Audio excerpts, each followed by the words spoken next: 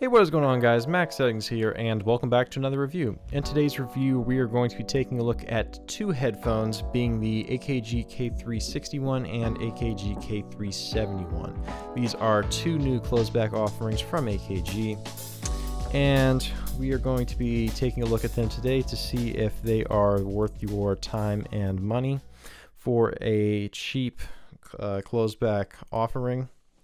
So to try to keep this in a reasonable time span, because this is two headphones, we're going to condense this slightly and move through this a little bit quicker than usual.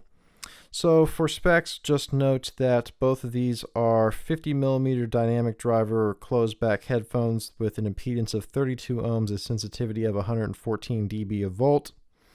The K371 weighs 255 grams and the K361 weighs 219 grams, so quite light. So moving on into the build, at first glance you would think these two are the same headphones with the same build, but they are in fact not. So the K361 is the cheaper one. It's $100 retail. It's $78 currently on Amazon. So this one is using plastic cups, plastic yoke, hard plastic on the headband.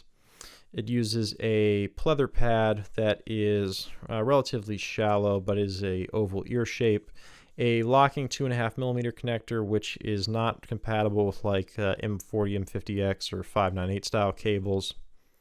It has a click slide adjust mechanism for the height, and it is also foldable. As you can see, it folds. It goes click, click, and folds up. And that is basically all you need to know about the build, and just like a silicone padded thing underneath there for your headband. Now the K371 is similar but slightly different. So it is using a higher quality plastic for the cups, a mini 3-pin XLR for the connection. It has metal yokes. The AKG logo is actually debossed in there. It's not just printed on. Same slide adjust, same pads, same underside silicone with foam underneath there. However, this is like a soft, like rubber material as opposed to the hard plastic on that. And the fold on this one actually ratchets, like there's like multiple steps, and it clicks and ratchets for the fold. So overall, it's a very similar build, but the K371 is certainly built a little better and a little more premium feeling for it. It's $150 retail price, and I think $122 to $125 on Amazon right now, somewhere right around there. So moving on into comfort, the comfort on the two is roughly the same. However, the K361 is going to be a little bit more comfortable because both use the same pads and the same headband, but the K361 is a little bit lighter. It is a very light headphone. So that just translates to a little bit more comfortable in the long term.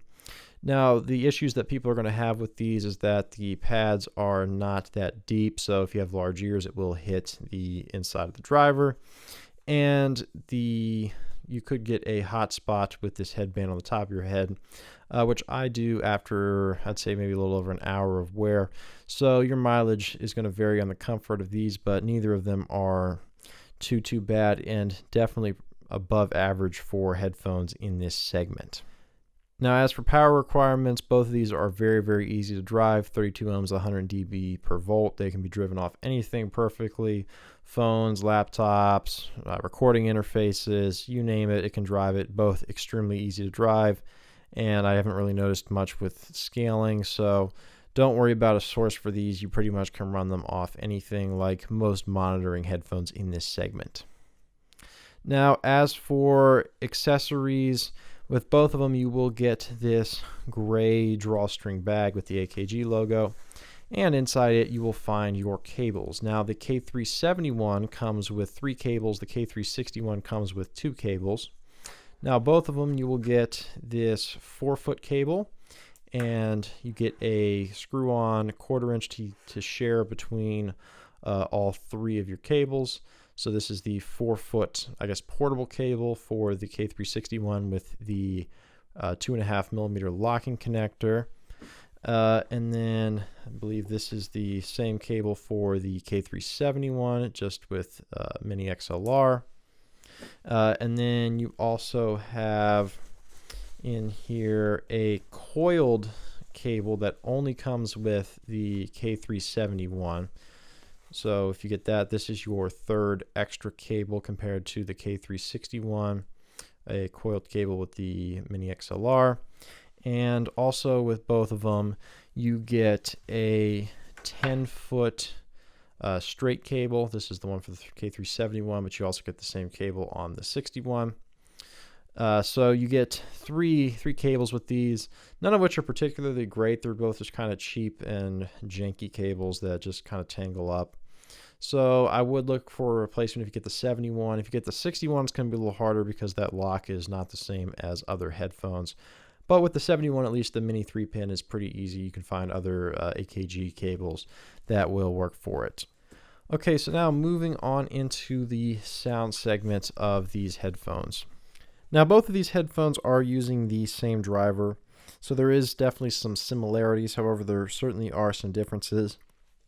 Now, one thing I do want to note is I am going to put up the ears graphs for these, but this time in particular, I think they are definitely more inaccurate than usual. I don't think that the graph for the K361 in particular is very accurate.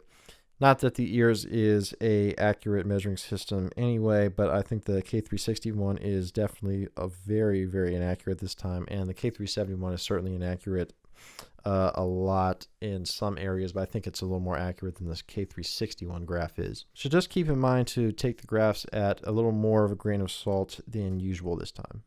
So starting with the K371, so this headphone is basically perfect Harman target. And just a real quick explanation, the Harman target is basically an average curve of people's listening preferences. It is not neutral. They don't even pretend it to be neutral, so don't think of it as a quote-unquote neutral, although Harman neutral is a thing, but that's only how neutral it is relative to the Harman target. But without getting too much more into that, so these are a Harman headphone. So starting off with the bass, you have a Harman bass shelf, which is about a 5 dB sub-bass boost from about 20 to 50 hertz. Now after that, your bass is flat all the way till right about 3K. And after 3K, it drops off, I'd say 6-7 dB by the time you hit about 4K. And from about 4 to 6K, there's just a little bit of a mid-recession there. After that, it comes right back up to, I'd say, a 7K peak that's 2 to 3 dB above where your lower mids were. And then the treble kind of just comes back up after that, but it is a little bit lower than that 7K peak, and I'd say it's probably 1 to 2 dB above where your upper mids were. Now, do note that this headphone doesn't really come off as bassy to me because that sub-bass boost is really down low. So if you're not listening to stuff with sub-bass, they actually come off as fairly lean because the rest of the bass is so neutral. And the low sub-bass is actually kind of cool because it doesn't bleed into anything and it's tucked way down low and it's very controlled. So that boosted sub-bass is quite neat and actually pretty enjoyable, and it doesn't make it come off as a very bassy headphone in my opinion. Now moving on into the K361, this one definitely does not have as much of a bass boost as the EARS graph suggests. If anything, I think it has maybe like a 1 to 2 dB of that bass shelf compared to the K371. After that, the bass is flat all the way, although there was a little bit of a rise I noticed over the K371 at like 801K, very, very slight, maybe, I don't know, 2-ish dB rise there. After that, very similar drop off at 3K down, once again, I'd say 6-7 dB by the time you hit about 4. But this one is only down from like 4 to 5K, where it comes back up like right around 6-ish K. And the treble peak on this one, the K361, is closer to about 9K instead of 7K. And the rest of your treble area is, I'd say, more back in line with neutral to where your lower mids were, with a, let's say, a 2 to 3 dB 8.9K peak above where your lower mids were. So the K361 is a, I'd say, a more traditional, or closer to a traditional neutral. Not that it is neutral, but it's a little brighter with a little bit less of the mid recession versus the K371. So that is the FR of the two. Now, as for detail, both of these have good detail for their price point for a closeback headphone. Now, they both lose to open back offerings like the K612, DT880, HD6XX, something like that. But compared to a lot of the other closeback monitoring headphones in this segment, they are definitely pretty top tier in terms of detail. Now, the K361 I find a little bit grainier than the K371. Now, I've seen other people that don't think that, but at least with my two pairs, the K361 is a little bit grainier. Now, that could be up to unit variants because there have been some QC concerns with these, with driver consistency and build quality issues. But your mileage may vary, but at least with my two pairs, my K361 is a little bit grainier. Now, as for dynamics, neither of these are particularly dynamic, but they're not terrible for the price point. Certainly acceptable, but not crazy slam or rumble out of either of them. And I find that they don't do too well with very complicated pieces with a lot of stuff going. But I think a lot of that also has to do with the imaging and separation. But before we talk about imaging, let's talk about soundstage real quick. Neither of them are particularly wide. They both have, I'd say, quite narrow soundstage. However, they have enough soundstage where they don't sound mono like a lot of these monitoring headphones like the M40, M50X do in this price category, where it basically just sounds mono because it's so narrow. These have enough where you definitely have a left and a right, but it's still a small stage with a very or somewhat vague imaging and not too much separation, which I think is one of their biggest problems, is the separation is just not that good. Now, timbre on them is actually pretty natural. Like, it didn't bother me to the point where I even really noticed it or thought about it. So overall, I'd say maybe if I had to complain, maybe slightly on the plastic side, but not enough where it would bother me at all. So timbre on them definitely gets the pass from me. So that is the sound on the K361 and the K371. Now, how these two compare to, I'd say, the previous king of the cheap closeback market, the Creative Arvana Live. This thing is down to about $50 right now on Amazon, so it's definitely going to be closer to the K361 than the K371. The K361 overall is a better headphone. It's more detailed, it has better build, it's more comfortable, detachable cable and all that. The only area where I think it loses to the Cal is in dynamics and like bass slam and rumble. This is once again a Fostex Biodyna. But this is a better headphone than the Cal overall if you want neutral. If you definitely want a bassy warm headphone, still definitely go with the Cal. Still a great headphone. But all in all, this I'd say is a better headphone than the Cal. Now, both of these two, to me, basically make all the other classic sub $200 monitoring-ish headphones pretty much irrelevant. More so the 61 than the 71, even though it's worse built with less cables, because this is a little closer to neutral, where the K371 is a little too Harman to be a pure monitor, in my opinion. But let's be honest, I think it's even more neutral than a lot of the classically used monitors in this segment. So I would take either of these over M40X, M50X, MDR7506, K240, 280 Pro, 380 Pro, all the classic monitors in this segment. I think both of these are definitely better. If you want it as an actual monitor, get the 361. But for music, both of these are actually good for music, where all those monitoring headphones are in the category of work for monitoring, suck for music, where both of these can do monitoring and are actually good at music. I enjoy listening to music on both of them. I think the 71's a little more fun because Harman, but the 361 is probably a little more towards my preference in terms of tuning. But I like the 71 a lot too. I like both of them, but I do prefer the 361's tuning. So at the end of the day, which one am I going to keep? I'm going to end up keeping my K371. For monitors, I have other monitoring headphones I use. I primarily use HD25 just because it's so durable and it works for what I'm doing.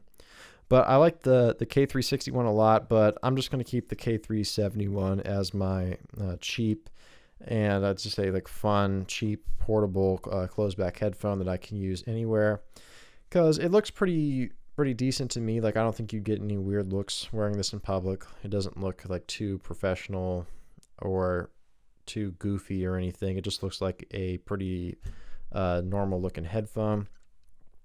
But both of these are quite good. They both absolutely get my recommendation.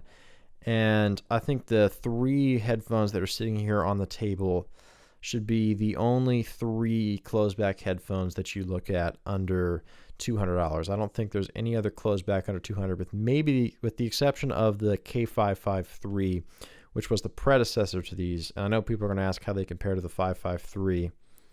It's been too long since I've heard the 553 for me to comfortably say that. But from what I understand, the tuning on them is somewhat similar, with similar technical ability from what other people are saying. But the 553 had that problem with the seal where the pad shape didn't work on a lot of people's heads. So if the seal broke, you got no bass. So these work better for more people's heads. So I think all in all, these are probably going to be a better option over the 553. But if you've heard the 553 and it seals, those are like $90 now, which is really cheap. So that could definitely be an option, because they are probably a better built headphone than both of these. But these 3, 553, only closed backs under 200 you should look at.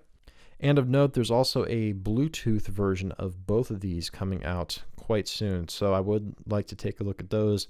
I hopefully will be taking a look at least one of them in the coming future, so possibly stay tuned for that. But anyway, guys, I hope you enjoyed my review of the K361 and K371. Both of these are great headphones. I enjoy both of them, and both of them are definitely worth your time to take a look at and take a listen to. But links of where to buy these in the description below, as well as my Twitter, the ears graphs, and all other relevant information. But anyway, guys, I hope you enjoyed the video. Look forward to seeing you in the next one. Bye.